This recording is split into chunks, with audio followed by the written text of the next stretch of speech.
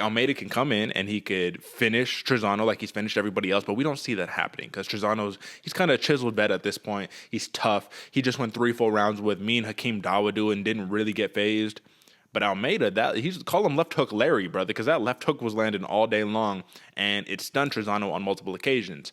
But this ended up being a fight of the night, brothers, which is really important to kind of know, right? This ended up being a back-and-forth affair, even though Almeida got him out there in the second round, one person dropping the other person dropping or wobbling or whatever you want to call it. At the end of the day, when we look at the stats, it looks like there's 2 knockdowns for Almeida, 1 for Trizano, so Almeida definitely got the better of him, landed more strikes, outlanded him by like 50 strikes and whatnot.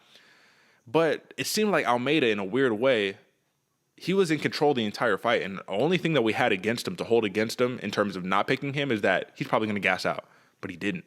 It didn't even come close. You know what I mean? He was in full steam, man. I mean, how bright is the future for Lucas Almeida? Because Trizano was no easy outing. And I do believe, if I'm not mistaken, this is, let's just take a look. This is the first time the man has lost via TKO in his career, in his 13-fight career. So, big win. What do you think?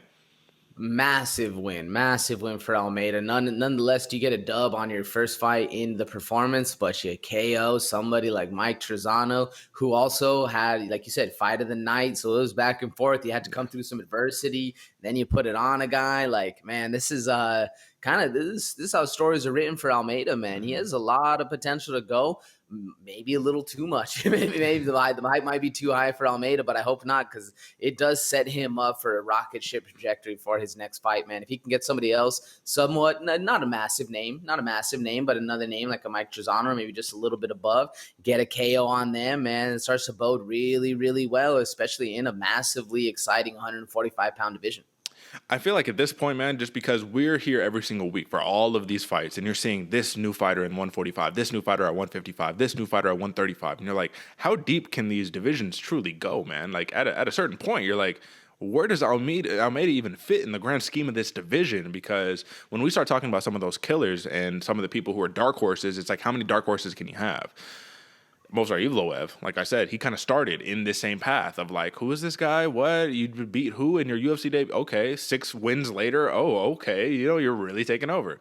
So I think that the future is definitely bright for Lucas Almeida, especially because he's an entertainer, AJ. That is the thing right there that is propelling these people to the top, to the fancy fights, to the big fights, to the feature prelims, is you're an entertainer, man. You're being flashy and you're getting the job done.